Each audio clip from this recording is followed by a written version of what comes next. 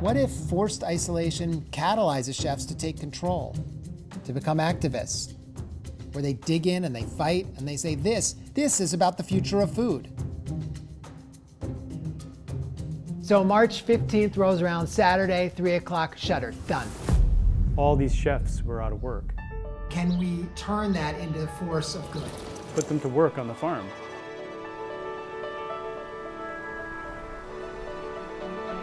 Without restaurants, these small farmers have lost their most important market and their greatest ally. We're going to take these cooks from around the world and activate them. We're going to show 3 gardens through the lens of 3 curious, energetic chefs. Schwan, our meat cook, every night's like a mud fighter on the cooking line. And Pruitt, she's pastry, cerebral, contemplative, and amazing. And Bronson, he's so sure of himself, he thinks he invented the sauté pan. Jay and I picked out 3 different points around the farm. This is your land. You get a millennial cook and you've got a zealot. They are so dialed in to food, good food, and to the environment that supports good food. These are soldiers, foot soldiers. This is the moment when big agriculture wins, because we have a public that's scared and has terrible access to the right kind of food. This is the reaction against it. We're using this moment with these cooks to say, if you want this generation to eat responsibly, you've got to ignite a consciousness to where our food comes from. And it's coming from the ground up, one seed at a time.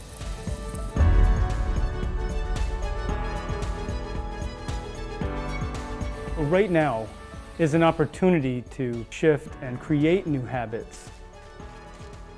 We're telling cooks around the world and anyone who cares about the future of food to dig in.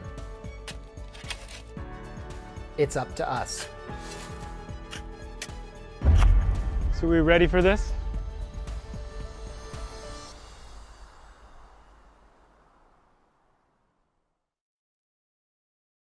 The question here, the rhetorical question, are we ready for this, Lopez? Let me say first, what I liked about this video is that it pinpoints a crisis. Now, in this video, the crisis is really laid at the doorstep of the COVID pandemic. And what it says is that the pandemic has caused a disconnect between growers, cooks, and eaters, or another way of putting it, between farmers, processors, and consumers. But as you all know, as the Chinese say, a crisis always means an opportunity. And I think what the video shows us is that this gives us an opportunity for innovation, for doing something new, which is to bring growers and cooks and eaters into the same room, into the same space.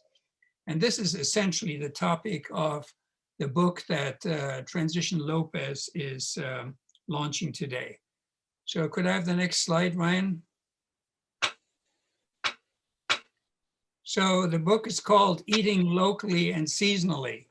And you may have noticed that in the video, we were eating during the growing season, or the cooks, who are also the growers, were doing this during the growing season, but they were not, and they were doing it locally, obviously, but they were not doing it seasonally in the sense that they did not express how they are going to deal with when there is no growing season. In other words, in winter, how do you feed yourself when you can't grow things in the soil right then? So that's one question it didn't raise. Another question it didn't raise is, what are the ecological impacts of this kind of a local food system? So the book wants to address all of these issues. A, how to eat locally.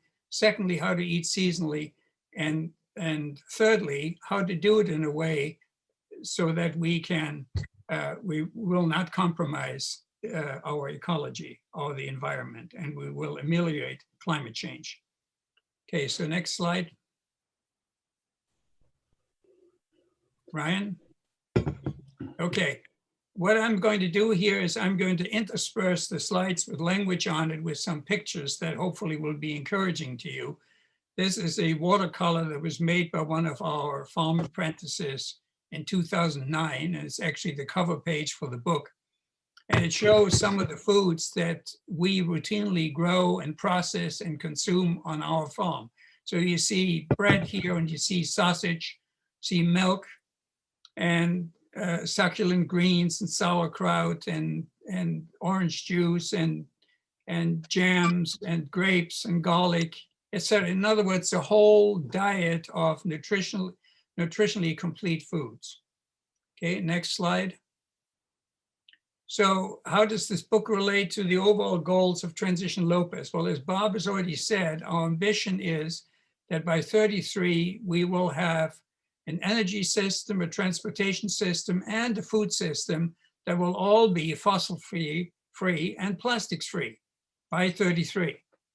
So I'm going to focus here on a fossil-free food system.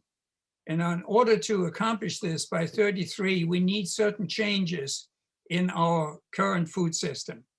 In the first place, we need innovative and responsive county policies and regulations governing local agriculture.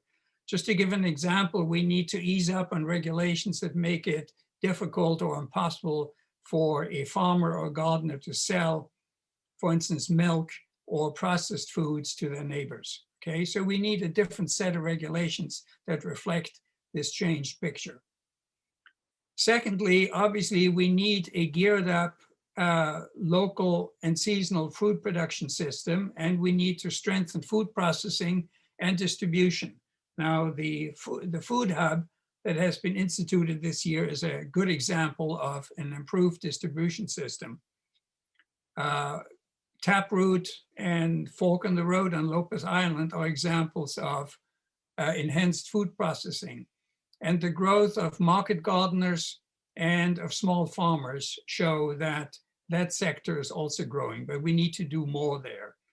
I estimate if we had 20 farms the size of ours, we could feed every man, woman, and child on Lopez Island. But the most important link, actually go back once more, Ryan, the most important link that we need to work on is we need to increase consumer demand for sustainably produced food from island gardens, farms, stores, and restaurants. In other words, we need to shift the emphasis of our food system from the supply side to the demand side, right? The consumer has to drive this new system by demanding the kind of foods that can be grown and distributed locally. Okay, next slide, Ryan.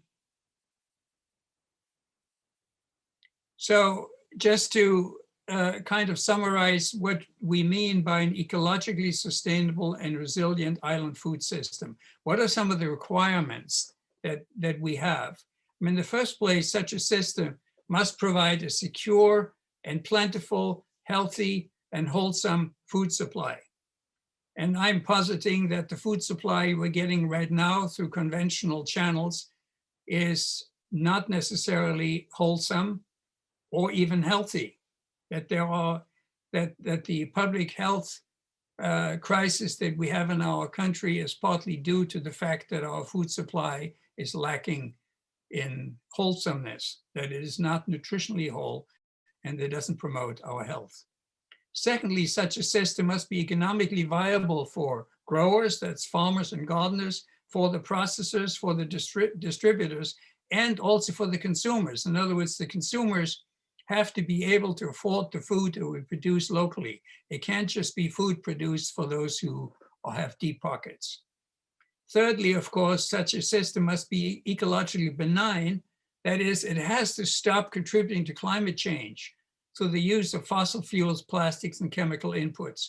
And just as a comparison piece of information, that lowest paragraph there, I just pulled off the website of the World Resources Institute and Climate Works Foundation on the 20th of November. And it said that worldwide emissions from agricultural production actually grew by 3% between 2012 and 2017.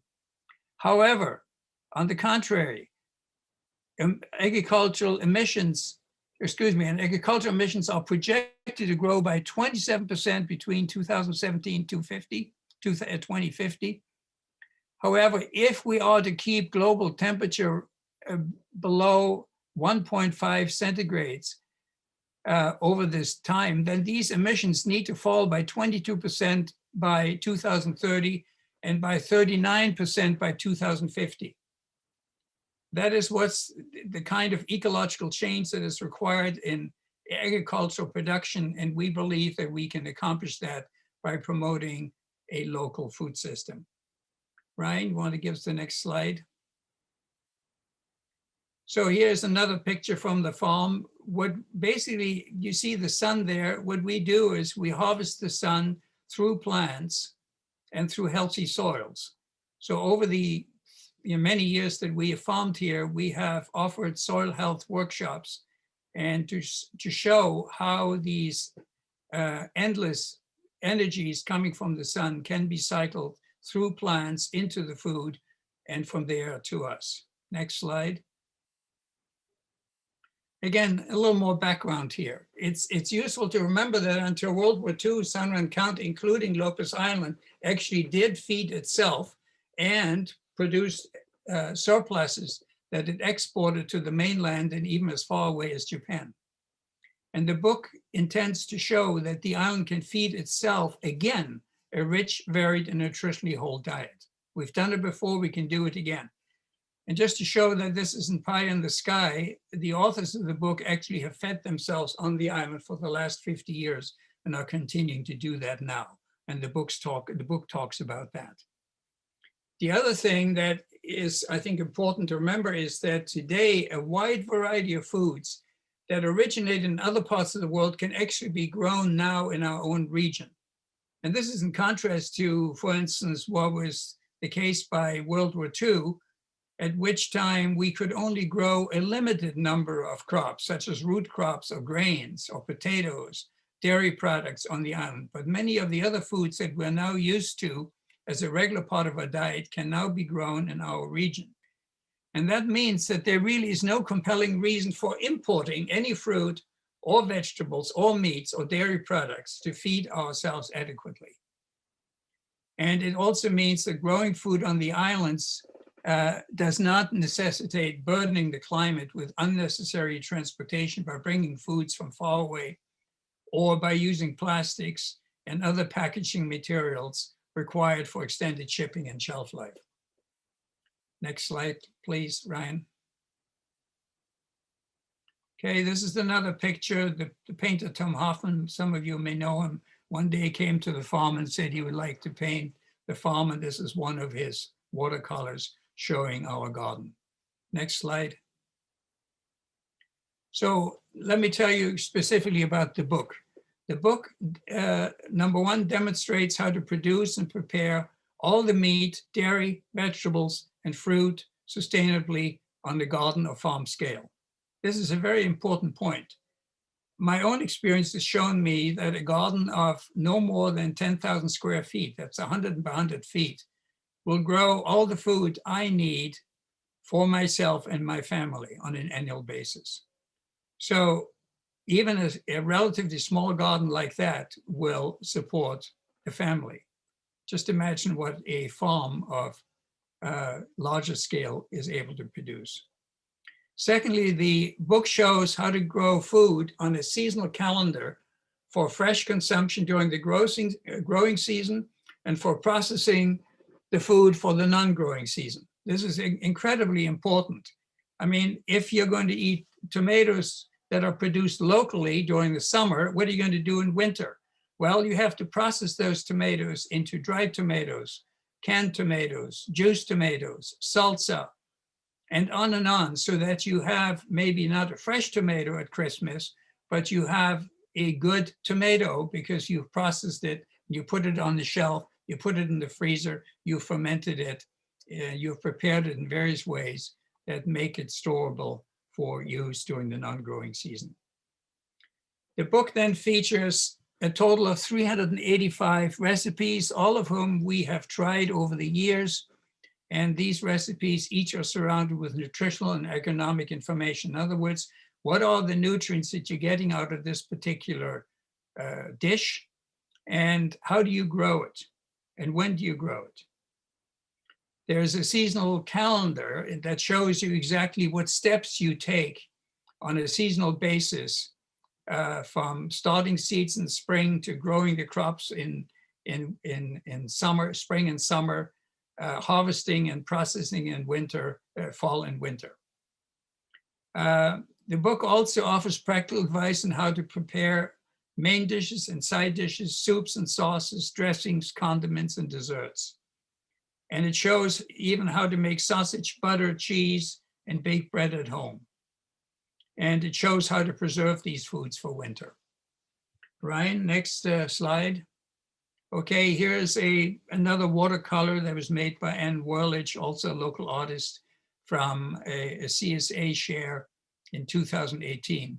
I assume everybody knows what a CSA, Community Support Agriculture, where shareholders subscribe for a weekly share of whatever is produced on the farm. And we called ours a whole diet CSA because we not only produce vegetables and fruit, but also meat, cheese, milk, bread from grain grown on the farm, and so on. Okay, next slide. Ryan, next slide, please. So how do we going to, what kind of community outreach are we proposing here? Number one, the book will be offered to the community digitally free, and it will appear soon on these two sites that you see listed below, on the website of Transition Lopez and also on our farm site, sshomestead.org. It will be up there probably within a week or two, and it's available to anyone for free. It will also be offered to the Lopez Library, and we're giving the library a couple of hot copies so anyone can check it out. And thirdly, it's going to be available for purchase at the local bookstore.